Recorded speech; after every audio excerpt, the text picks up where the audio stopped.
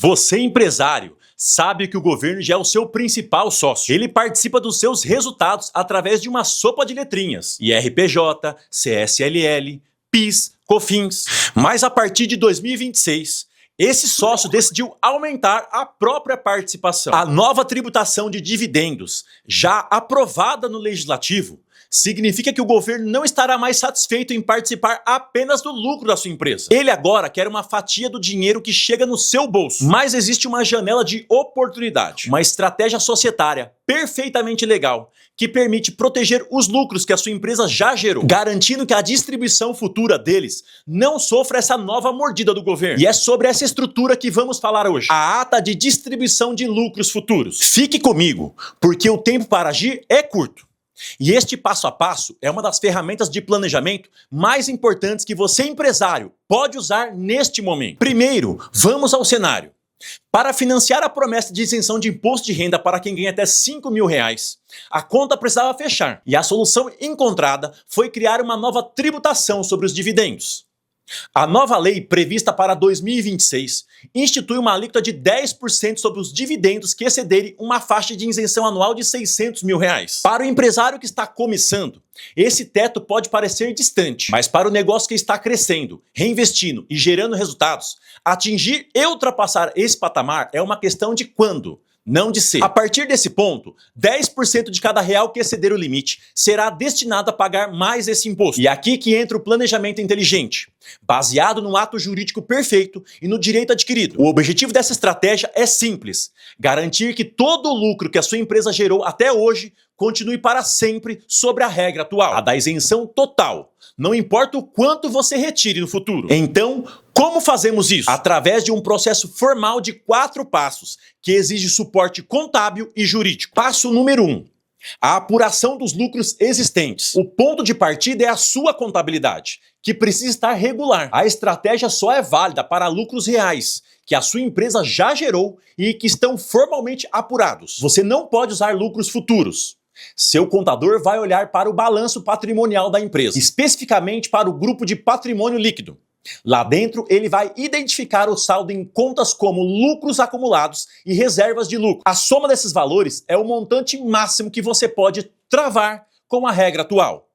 Sem números claros e auditáveis, a estratégia não tem validade. Passo número 2. A deliberação estratégica dos sócios. Com o valor exato em mãos, os sócios devem realizar uma reunião formal. Não é uma conversa de café, é um ato societário com um propósito definido. O objetivo dessa reunião é decidir sobre o destino daquele lucro já apurado. É o momento em que os sócios, donos da empresa, decidem transformar aquele resultado em um dividendo a ser pago. A decisão é registrada de forma clara. Por exemplo, os sócios decidem, por unanimidade, a distribuição do valor de X milhões de reais, referente ao saldo total da conta de lucros acumulados, apurado no balanço de 31 de dezembro de 2025. Passo número 3. A ata e o cronograma de pagamento. Essa decisão é documentada em uma ata de reuniões de sócios. Esse documento é o coração da estratégia. E aqui está o pulo do gato. A ata não precisa determinar o pagamento imediato.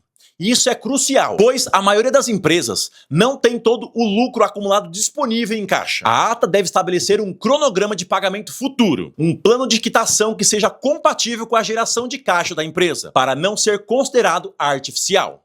Por exemplo, o valor pode ser pago em 60 parcelas mensais e sucessivas. Poderiam ser 3 anos, 7 anos, 10 anos. A decisão sobre o prazo é estratégica e deve ser realista para o negócio. Passo número 4.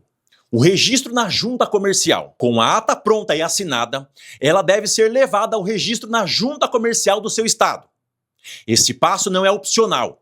É ele que transforma uma decisão privada dos sócios em um ato público que garante a validade perante a Receita Federal. No momento em que a junta comercial protocola e registra essa ata, o ato jurídico se torna perfeito. Nesse instante, os sócios adquirem um direito de crédito contra a empresa. A empresa, por sua vez, passa a ter uma dívida formal com os seus próprios sócios. E o mais importante, esse direito foi adquirido sob a vigência da lei atual, que garante a isenção dos dividendos. Agora, vamos aprofundar no ponto mais importante, que torna esse vídeo o mais completo que você vai ver sobre o assunto: a diferença fundamental entre lucro contábil e saldo em caixa.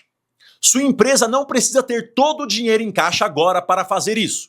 Repito, o caixa não é pré-requisito para a deliberação. A deliberação é sobre o lucro contábil acumulado. É um direito registrado no seu balanço. O caixa é apenas o meio pelo qual essa dívida será paga ao longo do tempo. Pense no seu holerite. No dia 30 do mês, você adquire o direito de receber seu salário. A empresa pode te pagar apenas no 5º dia útil do mês seguinte, mas o seu direito nasceu lá atrás. Se uma nova lei trabalhista entrar em vigor no 1º dia, ela não afeta o salário que você já tinha direito a receber. A lógica aqui é a mesma. O resultado prático disso é poderoso. Quando a nova lei entrar em vigor em 2026, ela não terá efeito sobre os pagamentos programados naquela ata. Todos os valores que a empresa pagar a você, seguindo o cronograma registrado, continuarão isentos de impostos. Isso te dá um colchão de lucros isentos que você pode usar estrategicamente nos próximos anos, te dando flexibilidade e principalmente economia tributária. Você essencialmente congela a regra tributária atual para todo o saldo de lucros que a sua empresa já gerou, criando uma ponte segura para atravessar os primeiros anos da nova tributação. Mas atenção!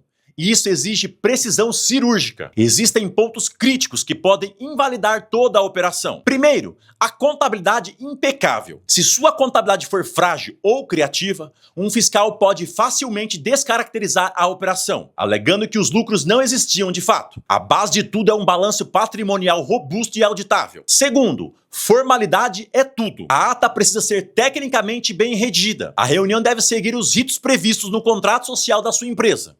E o registro na junta comercial é indispensável. Um documento de gaveta não tem valor legal algum contra o fisco. Terceiro, segregação contábil.